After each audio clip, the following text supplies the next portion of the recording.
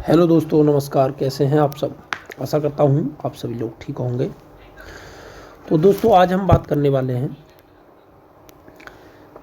Geography का lecture number 2 जो हमारा चल रहा था, चैप्टर नंबर 2 जो चैप्टर 2 चल रहा था उसी का आज ये लेक्चर नंबर 3 है। 2 लेक्चर में इसमें हम पढ़ रहे थे हिमालय का भौतिक विभाजन। तो हिमालय के भौतिक विभाजन में एक लेक्चर हमने कंप्लीट कर लिया था और ये उसी का सेकंड पार्ट है। तो आज हम बात करने वाले हैं हिमालय का प्रादेशिक विभाजन।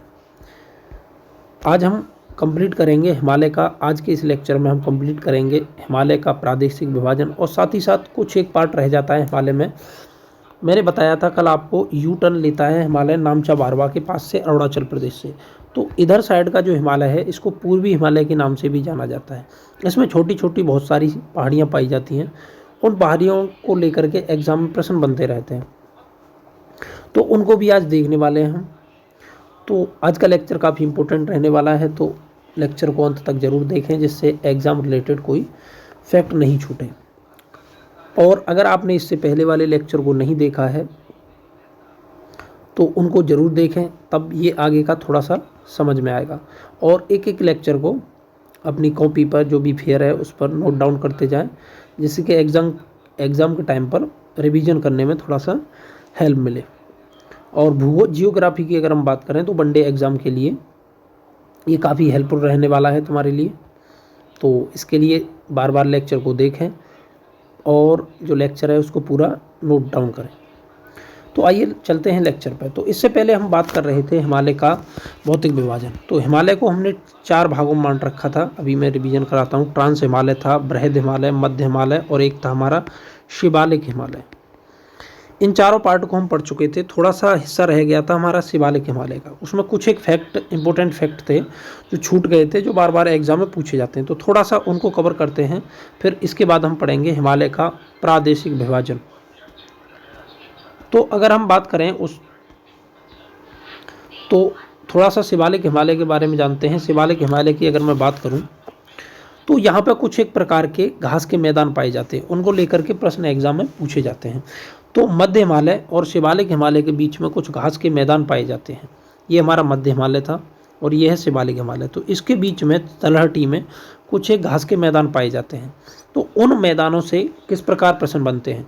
तो उन मैदानों को अगर प्रश्न की बात करें तो ऐसे पूछता है कि जैसे उत्तराखंड में किस नाम से जाना जाता है और जम्मू कश्मीर में किस नाम से जाना जाता है। तो अगर इन मैदानों की बात करें हैं तो जिन्हें पश्चिम में दून के नाम से, जैसे देहरादून, कोटली दून, पोटली दून के नाम से, तथा पूरब में इसे द्वार के नाम से जाना जाता है। द्वार जैसे कि एक क्या है हमारा हरिद्वार के नाम से जाना जाता है। और आगे अगर मैं जम्मू कश्मीर की बात करूं तो जम्मू कश्मीर में इसे मर्ग के नाम से जाना जाता है। तो जम्मू कश्मीर में बहुत सारे मर्ग हैं, उनमें से मैंने 3 मर्ग को लिख रखा है। एक गुलमर्ग है, टनमर्ग और सोनमर्ग।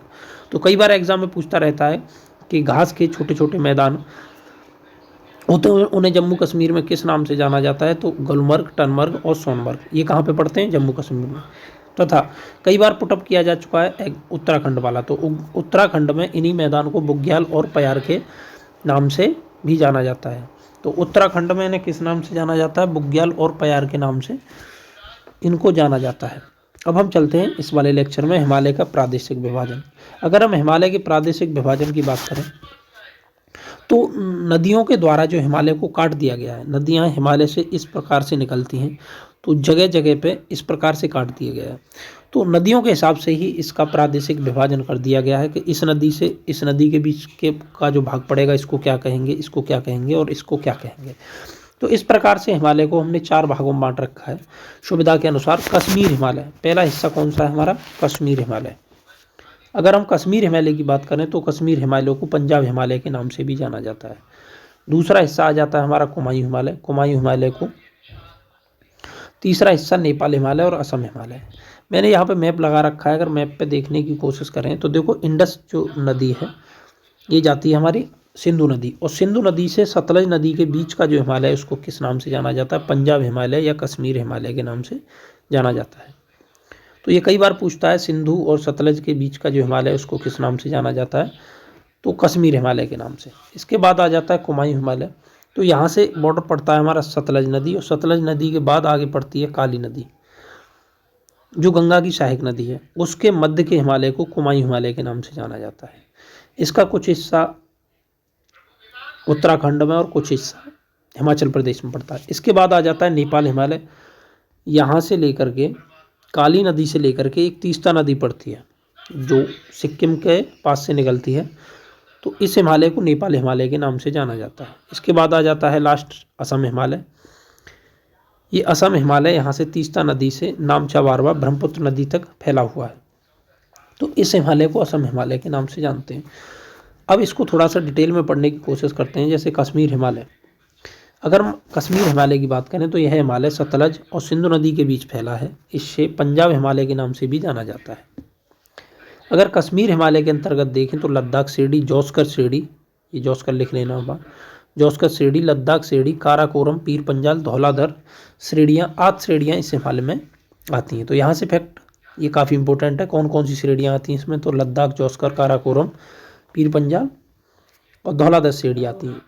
कश्मीर हिमालय में करेबा, करेबा एक प्रकार की मिट्टी होती है, ऊंची उठी हुई मिट्टी, तो करेबा झीली निक्षेपों के लिए प्रसिद्ध है। तो करेबा कहाँ पे पाए जाते हैं, कश्मीर हिमालय में, काफ़ी इंपॉर्टेंट फैक्ट है।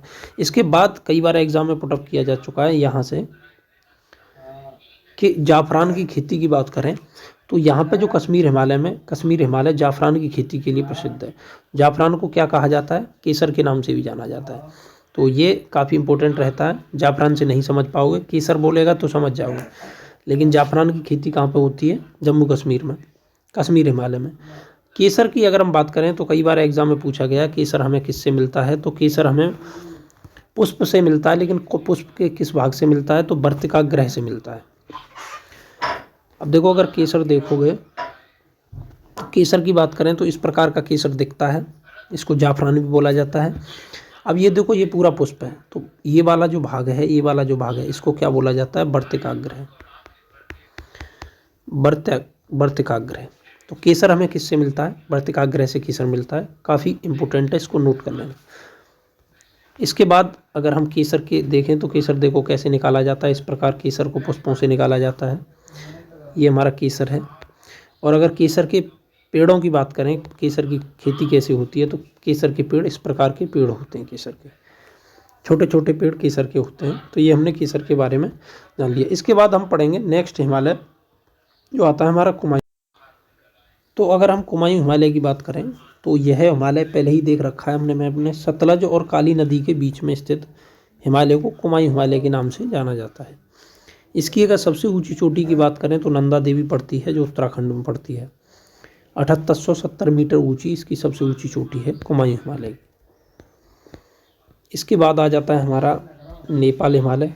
तो नेपाल हिमालय की अगर बात करें तो ये काली और तीस्ता नदी के मध्य 800 किलोमीटर की लंबाई में स्थित है। इस भाग में अगर इस भाग में बात करें तो इस भाग में भारत की सबसे ऊंची चोटियां जैसे अन्नपूर्णा, धौलागिरी, कंचनजंगा, मकालू पर्वत और एवरेस्ट, ये सभी चोटियां कहाँ पे पाई जाती हैं, हमारे नेपाल हिमालय में पाई जाती हैं। भारत की सबसे ऊंची, जहाँ तक कि विश्व की सबसे ऊंची चोटी एवरेस्ट भी कहाँ पे पाई जाती है, नेपाल हिमालय में ही पाई जाती है। इसके बाद आ जाता है हमारा असम हिमालय।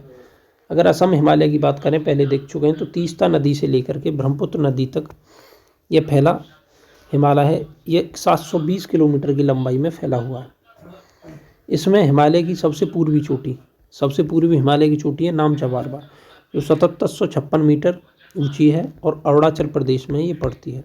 तो नामचा बारवा कहाँ पे पड़ती है, अरुणाचल प्रदेश में, और इसी हिमालय में वो स्थित है। नामचा बारवा के पास से ही ब्रह्मपुत्र नदी भारत में प्रवेश करती है। यह सिक्किम, असम, अरुणाचल प्रदेश, भूटान जैसे देशों में फैला हुआ है हिमालय। ये तो हिमालय का प्रादेशिक विभाजन हमारा खत्म हो चुका है। अब हम पढ़ेंगे पूर्वी हिमालय।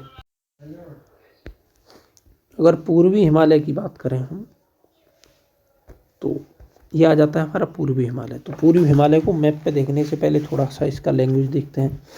तो हिमालय पर्वत में इस भाग में पहाड़ियाँ दिशा उत्तर से दक्षिण हो जाती है। ये हिमालय है, यहाँ से मोड़ लेने के बाद पहाड़ियाँ कैसे हो जाती हैं, उत्तर से दक्षिण की ओर हो जाती हैं। नामचा बारवा के पास से मोड़ लेता है हिमालय और उत्तर से दक्षिण की ओर बढ़ने लगता है, उत्तर से दक्षिण की ओर फैला हुआ है। तो यह पहाड़ियाँ विभिन्न स्थानीय नामों से जानी जाती हैं। यहाँ पे हिमालय की बहुत सारी पहाड़ियाँ पाई जाती हैं, तो इनको अलग अलग जगह पे अलग अलग नाम से जाना जाता है। जैसे अरुणाचल प्रदेश में अगर हम बात करें तो अरुणाचल प्रदेश में इन पहाड़ियों को पटकाई बूम, नागालैंड में नागा की पहाड़ियाँ, मणिपुर में मणिपुर की पहाड़ियाँ, दक्षिण में जो मिजोरम पड़ता है वहाँ पे मिजो की पहाड़ियाँ या लोसाई की पहाड़ियाँ।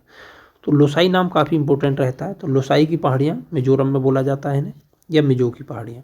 पटकाई बूम अरुणाचल प्रदेश में, नागालैंड में नागा की पहाड़ियाँ, मणिपुर में मणिपुर के ही नाम से है, मिजो की पहाड़ियों के नाम से जाना जाता है। यहाँ पे अधिकतर जो जनजातियाँ हैं वो झूम खेती करती हैं या स्थानांतरित खेती। झूम खेती या स्थानांतरित खेती से प्रश्न बनता रहता है। झूम खेती ऐसी होती है, यहाँ पे क्या है, ये लोग जंगलों को काटते हैं और जंगलों को काटने के बाद उसकी साफ़ सफाई करके और वहाँ पे क्या करते हैं, खेती करते हैं। जब उस खेती की जो फर्टिलिटी रेट है, जो उर्वरकता है वो गिर जाती है, तो इस स्थान को छोड़ करके अगले स्थान पर फिर जंगल को साफ करते हैं और वहाँ पे खेती करते हैं, यहाँ की फिर ऐसे। तो ये झूम झूम करके खेती करते हैं, तो इसलिए इसे झूम खेती या स्थानांतरित खेती भी कहते हैं। अब देखो मैप पे देखने की कोशिश करते हैं हम पूर्वी हिमालय, मैप पे अच्छा समझ में आएगा। देखो ये मैप लगा रखा है, यहाँ से अगर देखोगे ये जो नदी प्रवेश करती है यहाँ पर नामचा बारवा, नामचा बारवा के पास ये यहाँ से यू टर्न लेने के बाद यहाँ पे इसी का हिस्सा है एक अराकान योमा पर्वत। आगे पढ़ोगे इसको, अराकान योमा पर्वत पड़ता है हमारा म्यांमार में, तो ये भी पूछा जाता है। अराकान योमा भी पर्वत इसी का हिस्सा है। भारत में इसका हिस्सा पटकाई बूम पहाड़ियाँ, देखो नागा की पहाड़ियाँ, यहाँ पे फिर मणिपुर पड़ता है तो मणिपुर की पहाड़ियाँ और मिजो की पहाड़ियाँ, ये पहाड़ियाँ पूर्वी हिमालय का हिस्सा हैं। तो पटकाई बूम की पहाड़ियाँ अरुणाचल प्रदेश में, नागा की पहाड़ियाँ, मणिपुर की पहाड़ियाँ और मिजो की पहाड़ियाँ, जिन्हें लोसाई की पहाड़ियाँ भी कहा जाता है। तो ये रहा हमारा पूर्वी हिमालय, और पूर्वी हिमालय में कुछ एक पहाड़ियाँ भी पाई जाती हैं जिनसे एग्जाम में प्रश्न बार बार पूछता रहता है, जैसे गारो खासी, डफला, अबोर, मिसमी, ये पहाड़ियाँ पाई जाती हैं और कुछ एक जनजातियाँ यहाँ पे पाई जाती हैं। तो अराकान योमा देख लिया और ये मैप में तुमने देख लिया पूर्वी हिमालय का विस्तार, तो पूर्वी हिमालय में ये पहाड़ियाँ पाई जाती हैं। देखो कुछ एक पहाड़ियाँ और पाई जाती हैं जो अरुणाचल प्रदेश में और मेघालय में। तो अरुणाचल प्रदेश में बात करें तो मिसमी, अबोर, डफला नामक पहाड़ियाँ पाई जाती हैं। तो अरुणाचल प्रदेश में मिसमी, अबोर, डफला नामक पहाड़ियाँ पाई जाती हैं। इन पहाड़ियों पर अरुणाचल प्रदेश में मोनपा, मिसमी, डफला, अबोर नामक जनजाति पाई जाती है। तो जनजातियों से भी प्रश्न पूछता है कि मोनपा, मिसमी, डफला, अबोर जनजातियाँ कहाँ पे पाई जाती हैं। तो ये जनजातियाँ भी अरुणाचल प्रदेश में इन्हीं पहाड़ियों पर पाई जाती हैं। कुछ एक जनजातियाँ ऐसी हैं जो पहाड़ी का नाम है उसी के नाम पर उनका नाम रख दिया है, जिस प्रकार वो जिस पहाड़ी पर रहती हैं। और ये अधिकतर जनजातियाँ हैं वो झूम खेती करती हैं। इसके बाद कुछ एक पहाड़ियाँ मेघालय में पाई जाती हैं, बहुत काफ़ी प्रसिद्ध हैं, गारो, खासी, जयंतिया, 3 पहाड़ियाँ पाई जाती हैं। गारो पर गारो जनजाति, अगर कभी पूछे कहाँ पे पाई जाती है, मेघालय में। खासी जनजाति और जयंतिया जनजाति, ये तीनों प्रकार की जनजातियाँ इन्हीं पहाड़ियों पर रहती हैं, गारो, खासी, जयंतिया। तो अगर मैप में देखने का प्रयास करें तो देखो डफला श्रेणी यहाँ पे, अबोर श्रेणी, मिसमी श्रेणी अरुणाचल प्रदेश में, गारो, खासी, जयंतिया एक क्रम से मेघालय में पाई जाती हैं। तो गारो, खासी, जयंतिया जनजाति और गारो, खासी पहाड़ियाँ भी मेघालय में ही पाई जाती हैं। और यहीं पे एक स्थान पड़ता है मनिसराम मेघालय में, यहीं पे सर्वाधिक विश्व का सबसे ज़्यादा वर्षा वाला स्थान भी मेघालय में ही पड़ता है। इसके बारे में हम आगे जानेंगे कि यहाँ पे वर्षा क्यों होती है सर्वाधिक। तो देखो आज के लेक्चर में पूर्वी हिमालय अगर थोड़ा सा बात करें तो देखो ये जनजाति हैं, जो जनजाति इस प्रकार निवास करती हैं, इनका बहुत पुराना कल्चर होता है, जंगलों में निवास करती हैं। तो आज के लेक्चर में हमने हिमालय का प्रादेशिक विभाजन, हिमालय का पूर्वी भाग, तो हमने पूरा जो हिमालय है वो कंप्लीट कर लिया है 2 लेक्चर में। तो आशा करता हूँ आपको वीडियो पसंद आएगा। अगर आपको वीडियो पसंद आता है तो वीडियो को लाइक करें और वीडियो को ज़्यादा से ज़्यादा लोगों तक शेयर भी करें। अगर आप हमारे चैनल पर नए हैं तो चैनल को सब्सक्राइब करें। मिलते हैं नेक्स्ट वीडियो में। इससे आगे हम डिस्कस करेंगे हिमालय का उत्तर भारत, जो हिमालय वाला पार्ट हमारा ख़त्म हो चुका है। अब हम 6 पार्ट में बांटा था हमने भारत को, अब हम देखेंगे उत्तर भारत का मैदान। ये पूर्वी हिमालय में जो पहाड़ियाँ पाई जाती थी वो हमने देख ली। कुछ एक पहाड़ियाँ दक्षिण भारत में भी पाई जाती हैं, उनको आगे देखेंगे प्रायद्वीपीय। तो मिलते हैं नेक्स्ट लेक्चर में कुछ नई कंटेंट के साथ। जब तक के लिए जय हिंद, जय भारत।